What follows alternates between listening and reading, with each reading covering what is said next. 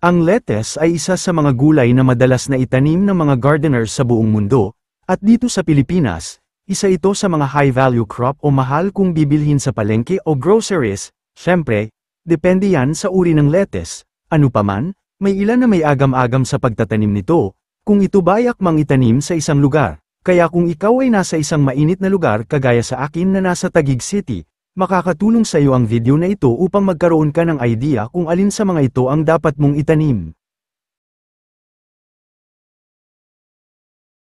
Madalas ko nang naipakita sa maraming videos ang tungkol sa lettuce dazzling, at kagaya ng madalas kong sabihin, isa ito sa mga paborito kong uri ng lettuce dahil kahit lumagpas na ng isang buwan na hindi pa naha-harvest, hindi ito nagiging dahilan ng pagpait ng mga dahon. Ito ay nangangailangan ng 6 hanggang 8 oras na direktang sikat ng araw upang mapanatili ang malusog na mga dahon, kaya kung sakaling magtatanim ka nito, siguraduhin na ito ay makakatanggap ng sapat na liwanag.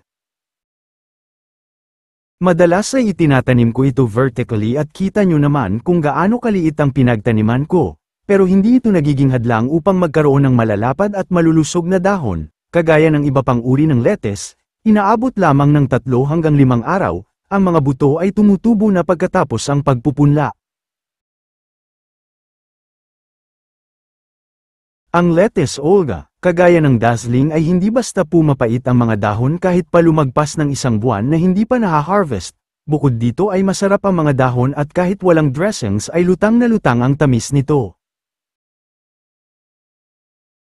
Kung gusto nating magkaroon ng makulay na garden, isa ang lettuce Olga sa dapat mong itanim. Nangangailangan ito ng 6 hanggang 8 oras na direktang sikat ng araw upang mapanatili ang reddish o brownish na kulay. Ang lettuce green leaf salad ay halos may pagkakahawig sa lettuce itin at lolo biunda. Ang mga dahon nito ay napakakinis, ang mga murang dahon nito ay agad natutunaw sa ating bibig. Ideal itong isama sa iba pang gulay kagaya ng pipino, arugula at sweet basil kung kayo ay gagawa ng mixed salad. Madalas din itong gamitin sa paggawa ng sariwang lumpia o kaya ay sa paborito nating sandwich. Ang lettuce green leaf salad ay madaling mag-melt kung isasama sa mga lutuin, hindi mo na makikita ang mga dahon nito kung isasama sa nilaga o sa mga pagkaing may sabaw. Ano paman, ang mga dahon nito ay madaling magpait lalo na kapag nakaligtaan nating anihin. Para maiwasan ito, umpisahan ng anihin ang mga dahon nito, 20 araw matapos ang paglilipat tanim.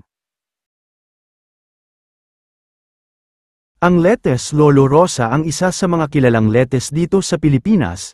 Isa rin ito sa pinakamagandang uri ng lettuce kung kulay ang pag-uusapan. Kung makakuha ng sapat na liwanag mula sa araw, ang mga dahon nito ay nagiging dark red mula sa karaniwang orange.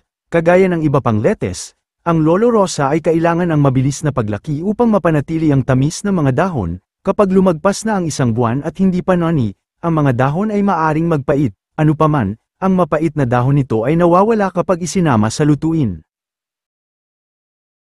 Bagamat ito ay maaring itanim sa kahit na anong buwan at klima, nirerekomenda ko ang pagtatanim nito mula October hanggang December, dahil sa mga panahong ito ay mababa ang temperatura at malaki ang kinalaman nito sa lasa ng mga dahon.